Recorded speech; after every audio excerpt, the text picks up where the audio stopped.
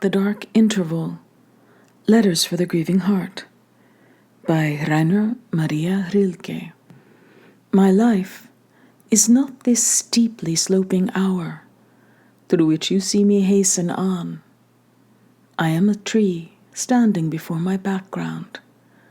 I am but one of many of my mouths, the one that closes before all of them.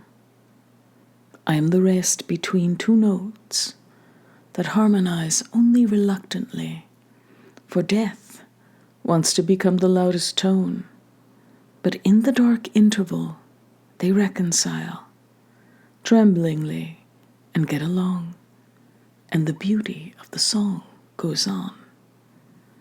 Rilke, The Book of Hours, 1905. Preface. Throughout his life, the poet Rainer Maria Rilke addressed in direct and personal letters individuals who were close to him, who had contacted him after reading his works or whom he had met briefly, anyone with whom he felt a kind of inner connection. At the time of his death, in 1926, at the age of 51, Rilke had written more than 4,000 letters, which the poet considered to be as significant as his poetry and prose.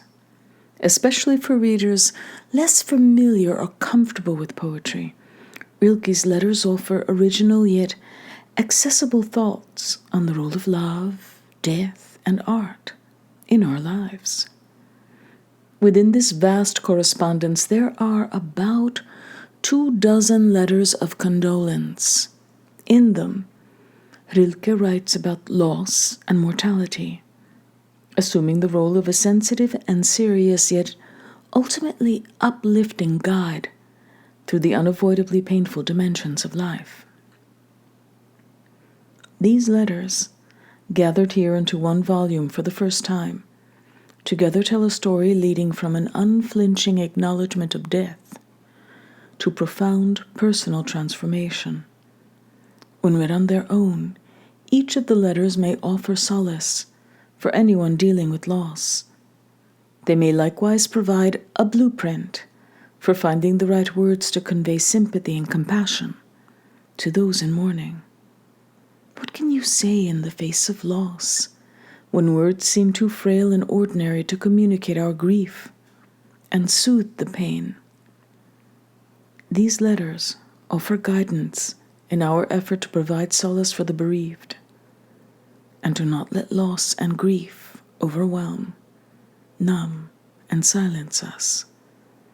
Rilke believed that it was our responsibility to make sense of our condition and circumstances here on earth, rather than devote ourselves to imagining a realm of greater meaning where suffering may cease. He also distrusted major political ideologies of the modern age, which provided comfort via collective identities, overarching causes, or abstract ideals. He thought the best we can do is to live fully, by which he meant being receptive to the richness of life, not only in easy times, but also during the dark interval, as a poem in the Book of Hours puts it. When life brings hardship and loss, it is possible to avoid a true awareness of the fact that life entails loss, that between the two notes of birth and death we pass through the dark interval, which includes parting but ultimately contributes to life as a beautiful song. We can distract ourselves, cling to the words and teachings of others that gloss over our pain, or assume preformed identities via religion or ideology that spare us from the difficult and hard work of acknowledging and enduring suffering. But the price for such refusal, Rilke feared, was a less aware, less intensely lived life, or a life on someone else's terms. Not really confronting the presence of death would perhaps let us live a happy and stable life in a conventional sense, but it would be a life that is less deep And during the dark moments when we experience a loss, or if we ourselves are spared major afflictions, help others in mourning, ultimately less strong, or even feel less real.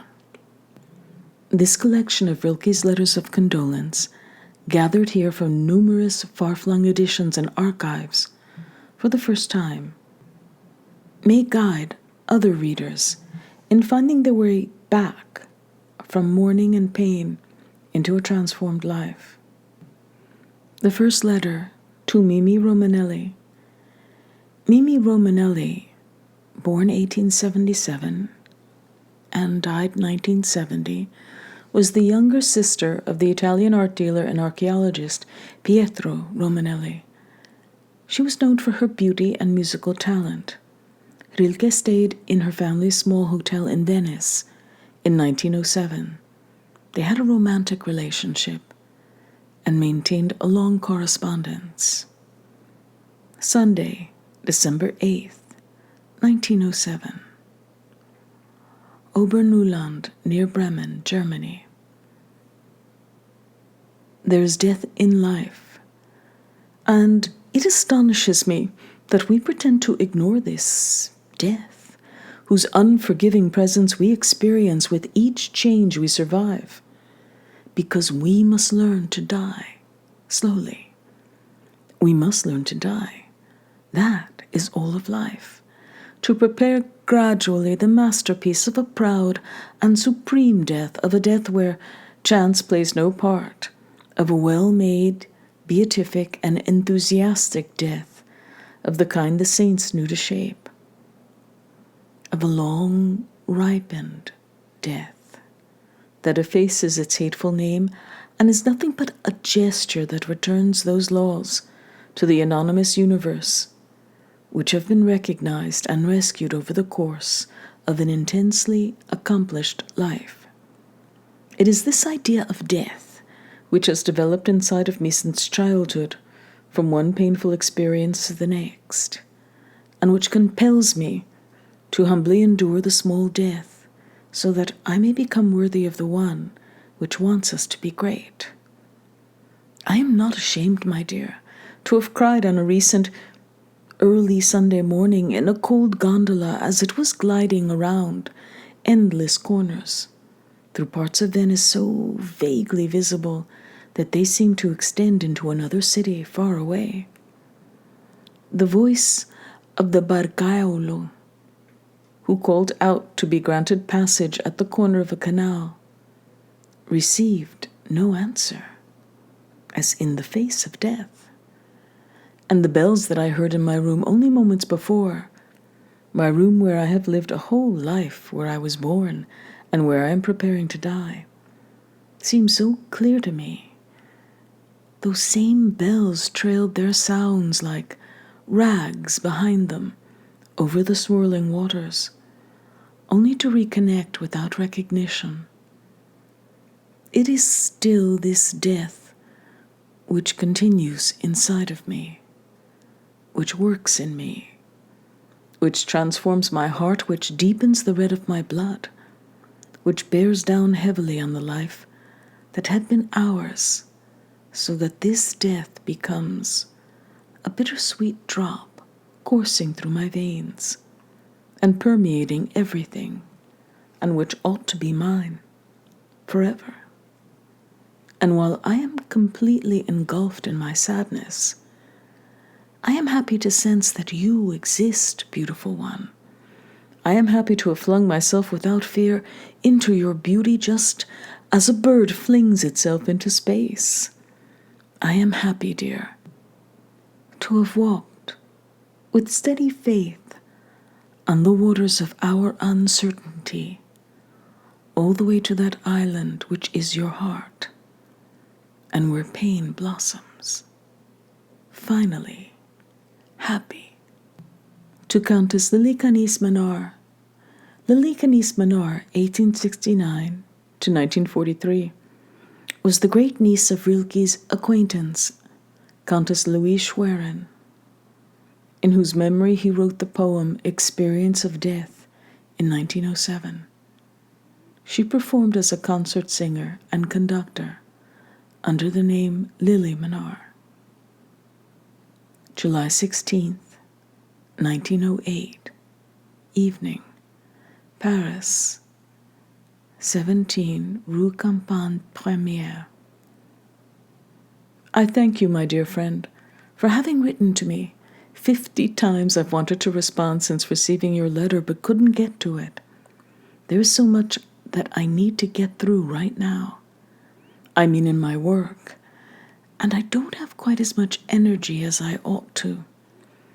And then, to add to all of this incommensurate event, what is one supposed to say? How should one account for it? It is always the same question. Over the past few years, I've had to ask myself this question several times. The death of Countess Schwerin and my father's death, each of which provided me with an experience of infinite greatness and magnanimity, have resulted in the fact that I no longer fear this question.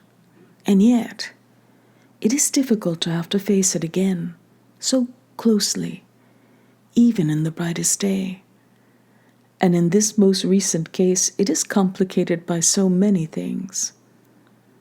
Who was this woman who lived for other people and yet, beneath everything and without knowing or admitting to it, harbored the demands of an entire life within her, as if they had been left there entirely touched, so that one could often get the idea that she was also the opposite of what she wanted to be, and that both of these states would be equally true and equally unreal.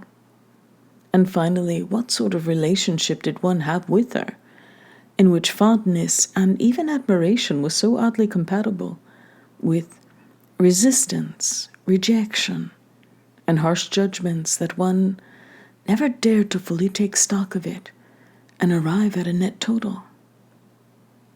And for quite some time, I experienced the kindness she displayed toward me, and which eventually turned into a friendship.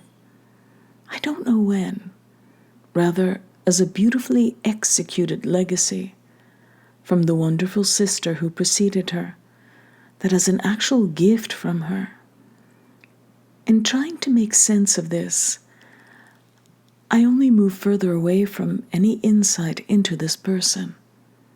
Today, my attitude toward death is that it frightens me more in those whom I fail to truly encounter, and who remained inexplicable or disastrous to me, than it does in those whom I loved with certainty when they were alive, even if they burst only for a brief moment into the radiant transfiguration of intimacy which love can reach. If people took some simple pleasure in reality, which is entirely independent of time, they would never have needed to come up with the idea that they could ever again lose anything with which they had truly bonded. No constellation is as steadfast, no accomplishment as irrevocable as a connection between human beings which, at the very moment it becomes visible, works more forcefully in those invisible depths where our existence is as lasting as gold lodged in stone, more constant than a star. That is why I agree with you, my dear friend, when you say that you mourn those who go away. Alas, only those can go away from us whom we never possessed.